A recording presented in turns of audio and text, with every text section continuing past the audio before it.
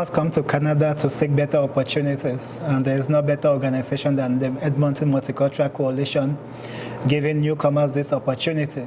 So today in Voices of Impact, we're always looking for impactful voices. And we have a very impactful voice right here today as our guest for Voices of Impact. His name is John Gaye. So I always tease him John T. Gaye. I always want to ask what T stands for. But that's not the purpose of our conversation today. So today, John is the Executive Director of the Edmonton Multicultural Coalition, and he's our guest, and we want to hear more about the organization. Don't forget, we have item 11, bringing out the artist in the person. So let's see what John has got in stock besides the professional guy that carries himself as. How are you, John? I'm pretty good, thank you. Okay. Happy New Year. Yeah, same to you. So how will you introduce yourself? Well, you've already introduced me. My name is John Gaye. I'm with the Edmonton Multicultural Coalition. You're the Executive Director? Executive Director, yeah. Good. I know you wear so many hats, you do so many things, but what do you do, or what does the organization do? You and the organization, what do you guys do? So just with the organization itself, so the mandate of the organization is to facilitate the socio-economic integration of newcomers, immigrants into mainstream Edmonton.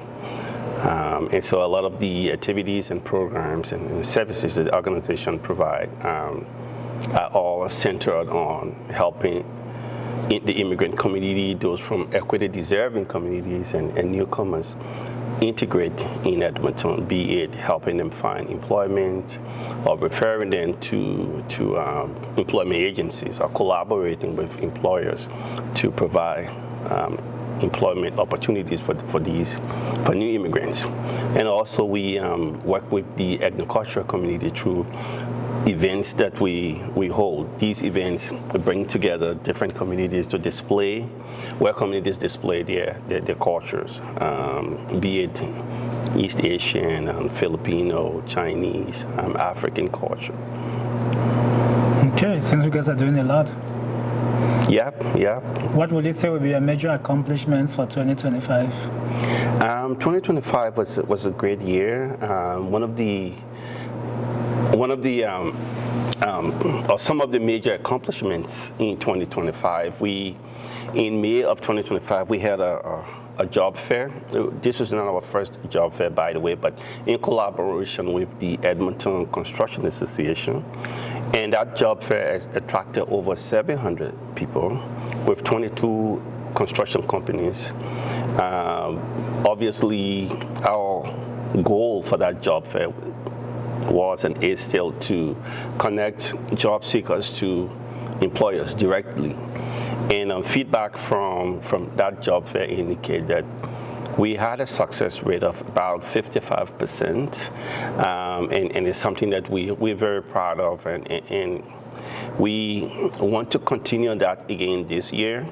Probably not on such a large scale, because think about accommodating 700 people in addition to the companies, and the venue itself, the JW Marriott was ideal for that. But so that was one of our accomplishments in 2025. Another accomplishment was we have a collaboration with the University of Alberta OBGYN residents, and this collaboration help provide health information to the immigrant women. It's part of our Women's Empowerment Initiative. Through our collaboration with the U of A residents, we were able to reach over 100 women from the agricultural community with information that they could not or might not have been able to get from other places. We created a safe environment where these women can ask questions, and the U of A residents, they actually came with the full support, with different tables where they had information on things like breast cancer, menopause, like all the, female anatomy, like all of these relevant information that made that, even though such information can be accessible, but not necessarily accessible everywhere. So because of cultural taboos, some, as you know, immigrant women may not be able to ask these questions, but we created an environment that is safe and open, so they were very free and comfortable in asking direct questions to these residents and receiving the help that they need to get. So that's one of our accomplishments. Another accomplishment, in addition to the health information, we also have part of our women's empowerment initiative for physical fitness. So we collaborate with an organization called Women in Motion. So they are into like physical fitness for women. So we have a collaboration with them. We had our first event with them last November. And in addition to that physical fitness, we also added a mental health aspect to it. So we invited Dr. Ann Bello, who's from the African community. She gave a presentation on mental health for women, so women's only. So it's part of our women's empowerment series that we're going to continue in this new year. But that was one of our accomplishments from 2025. Another thing that is worth noting is we collaborated with the city of Edmonton. So the city of Edmonton, about 3 years or so ago, created, they established this. You have to establish the birth of this policy called Migrant Action Policy. Now, there's a need to implement the policy. So to implement the policy, they wanted to hear back from the immigrant community. So we are one of the organizations that actually worked with the city in conducting focus groups. So we have focus groups in like Ukrainian, in Tagalog, Swahili, Punjabi, gathering information from the agricultural communities related to the migrant action policy. And so that was one of our accomplishments because we were very vital in helping the city hear from newcomers, and we're also vital in giving voice to newcomers, in speaking to the policy that will impact them. Another accomplishment, well, the final one I would like to say is our youth program. So we work with youth to help them become good citizens, steering youth in the right direction. So, but we use sports. So we use soccer and basketball. So we have a soccer and basketball program that we saw over 100 young people participate in our programs. And for the basketball and the soccer one included several teams where we had a tournament, or two tournaments actually. The last tournament had about 7 teams participating. And what we, our aim for that program is to create an atmosphere of not just tolerance, but respect. The more you understand another person, the more you're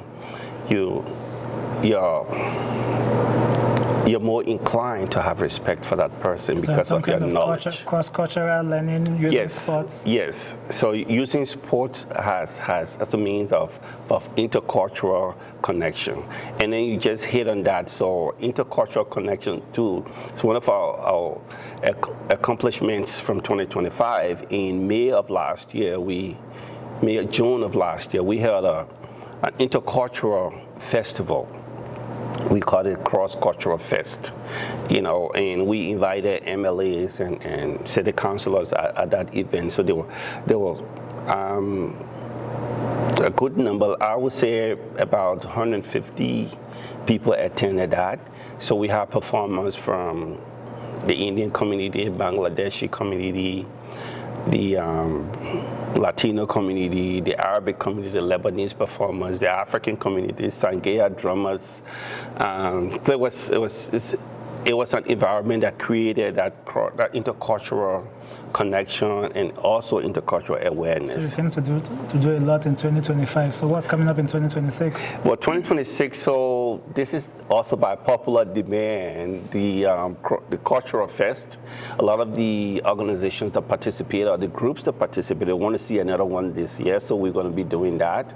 And even with more groups joining, some of the performing groups that couldn't make it from last year, like from Iranian, Ukrainian. So those groups are registering to be a part of the 2026 Cultural Fest.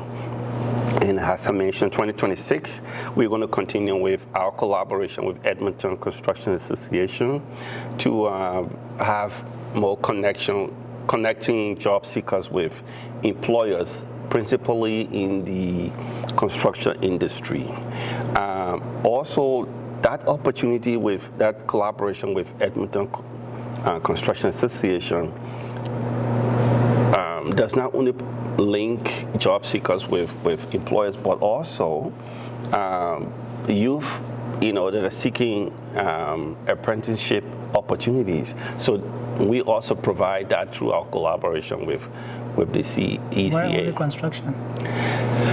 Well, this is where this is the collaboration we have right now. So we're creating another one, looking So for opportunities. yes, we are. So for example, we are now. For our women's empowerment, we're looking to financial literacy for women, so that will be part of the January 31st event. We are also looking into other sectors like the oil and gas industry to see how we can help immigrants, that are seeking for employment. And other opportunities that we're trying to create is because during our job fairs, we had a lot of